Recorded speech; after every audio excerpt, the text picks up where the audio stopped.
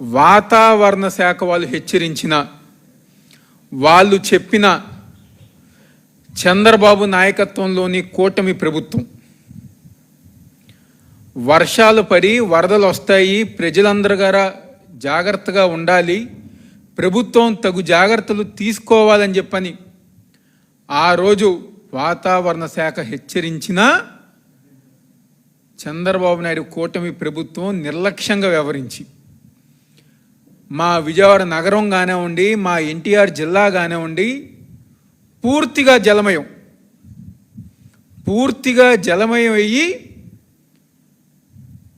ఏదైతే 95, 96లో స్వర్గీయ నందమూరి తారక రామారావు గారికి వెన్నుపోటు పొడిచారో ఇదే నెలలో ఈ రోజుకి మా విజయవాడ నగర ప్రజానీకానికి చంద్రబాబు నాయుడు వెన్నుపోటు పొడిచి సంవత్సరం కాలం పూర్తయింది.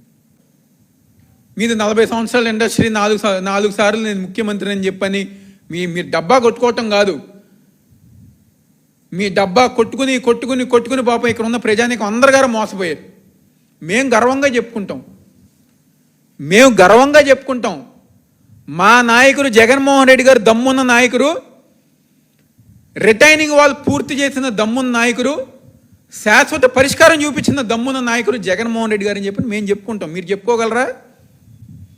సంవత్సరం కాలంలోనే రిటైనింగ్ వాల్ పూర్తి చేసి ఈరోజు కృష్ణలంక ప్రాంత ప్రజానికానికి ఒక దేవుళ్లాగా ఉన్న నాయకుడు ఉన్నారంటే అది వైఎస్ జగన్మోహన్ రెడ్డి గారు. అది మేము చెప్పింది కాదు. పోయిన సంవత్సరం 10 లక్షలు 12 లక్షల క్యూసెక్కులు నీరు వస్తే ఆ ప్రాంతాన్ని కాపాడింది జగన్మోహన్ రెడ్డి గారు నిర్మించిన రిటైనింగ్ వాల్. ఆ రోజు జగన్మోహన్ రెడ్డి గారు ఆ ప్రాంతం దగ్గరికి వెళ్తే వేలాది మంది జనాభా వచ్చి, అయ్యా జగన్మోహన్ రెడ్డి గారు నువ్వు లేకపోతే ఈరోజు మేమందరం గారు లేకుండా ఉండేవాళ్ళం, నువ్వు రిటైనింగ్ వాల్ కట్టావు కాబట్టి ఈరోజు మా ఇళ్ళన్నీ గారా సురక్షితంగా ఉన్నాయి, మా కుటుంబాలు బాగున్నాయి, మా పిల్లలు బాగున్నారు, లేకపోతే ఈరోజు మా కృష్ణలంక ప్రాంతం అనేది ఉండేది కాదు అని చెప్పని ఆ రోజు వేలాది మంది జనాభా ఆ రోజు జగన్మోహన్ రెడ్డి గారికి చెప్పడం జరిగింది. అది దమ్మున్న నాయకుడు, అది పనిచేసే నాయకుడు. ఏదో మాటలు చెప్పాం, కబుర్లు చెప్పాం, నేను 40 సంవత్సరాల ఇండస్ట్రీ, 4 సార్లు ముఖ్యమంత్రి, ఆ ప్రధానితో పనిచేసా, ఈ ప్రధానితో పనిచేసా, ఈ కాదు మాకు కావాల్సింది.